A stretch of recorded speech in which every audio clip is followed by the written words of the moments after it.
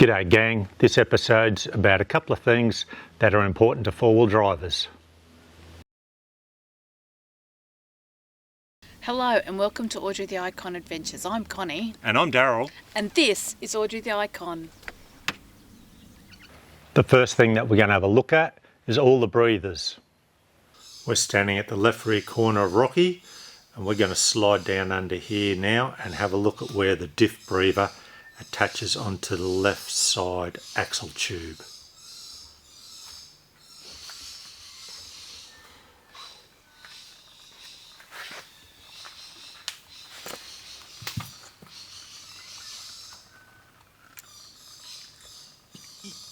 Right in the middle of the screen there, you'll see that piece of masking tape.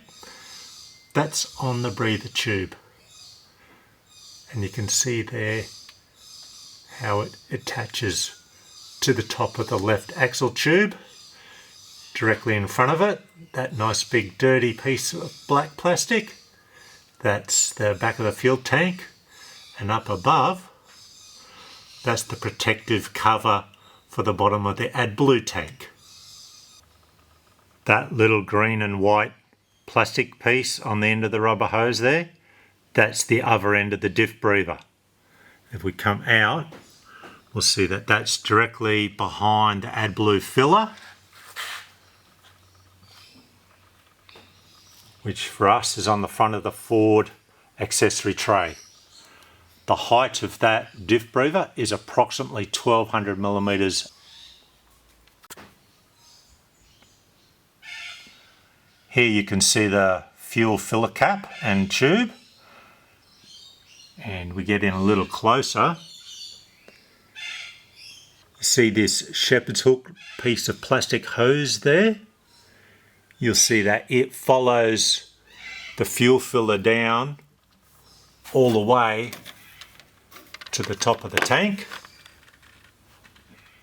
That's the breather for the fuel tank. For us, with our load, that's about 920 millimeters above the ground.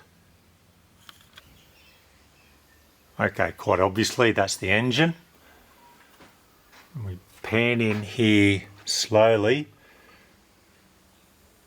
You'll see all the connectors up here on the wall. Right down there, and again about just below the middle of the screen you'll see my piece of masking tape again. That is where the front diff breather comes up, and that's right next to the harness that comes out through the firewall from the passenger side. The bottom of that hose is about 950 mil above the ground. Here we are up above the airbox. And this time we're going to pan right in behind the back of the V of the engine. And again you'll see my piece of masking tape just off to the left of the screen. That's right down behind the V on the fire, just in front of the firewall. There's two breathers there. One is for the transmission and one is for the transfer case. They're hooked over at 180 degrees as well, and the base of those is approximately 950 mil above the ground. As you can see, all the breathers are nice and high. On the spec sheet they say that these Super Duties have a weighting depth of 850, and with all the breather outlets higher than that, you should be pretty safe. It's only if you want to get into some extremely deep stuff that you might have a think about moving them or running them a bit higher. We had a question a little while ago about the flex. We got out on the tracks a few weeks ago and we got a little bit of flex, and so I've got a little bit of footage of that to share with you as well. There we go. The camera is level. The inclinometer on Rocky says about 8 degrees tip to the left and about 4 degrees nose down. You can see we've got racing slicks now for tyres. Like most tyres that are an all-terrain style, they're just chocked up with the mud, and I'm not bagging the tyre for that. That's just a normal all-terrain thing. No, I'm not buying mud terrains. Okay, coming over here, left hand side. From the centre of the cap, about there, up to the wheel arch, 420 millimetres.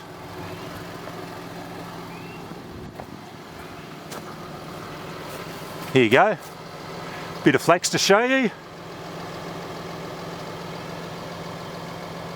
Centre of the wheel cap, just at the bottom of the screen, to the wheel arch, 720 millimetres. The tyre appears to be on the ground still. I can't get any more flex than that with this hole and attitude. It just is what it gives me. I know that one of our viewers did ask us about flex. There you go, the rear flexes a lot with the standard suspension. We're getting close here. There you go, that shows how much the rear spring is unloaded.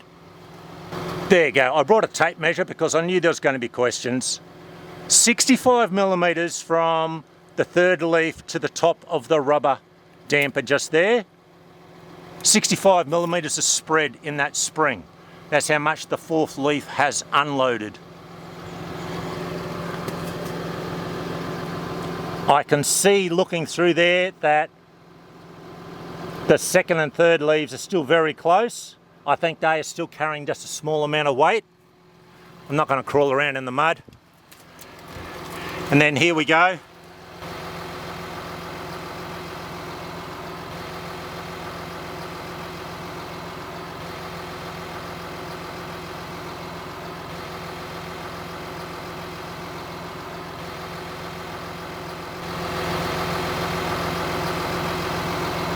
Gotta like parabolic springs. People hate them because they introduce sag when you put a load on. Thing is, they really come into their own when you want to do something like this. A lot of vehicles with a traditional leaf spring will never get the flex that you see right there. You've got to have a parabolic style to do it. As for the flex, no, we didn't have any wheels in the air, so that means there was more to be had. And who knows, sometime in the future that could be us, and if I'm able to, I'll jump out and grab some footage of that for you. Hopefully those couple of items that I've shared with you today help you understand just how the Super Duty is built to be able to get out there, not only tow and carry heavy-ish loads, also to go and have some fun on the tracks.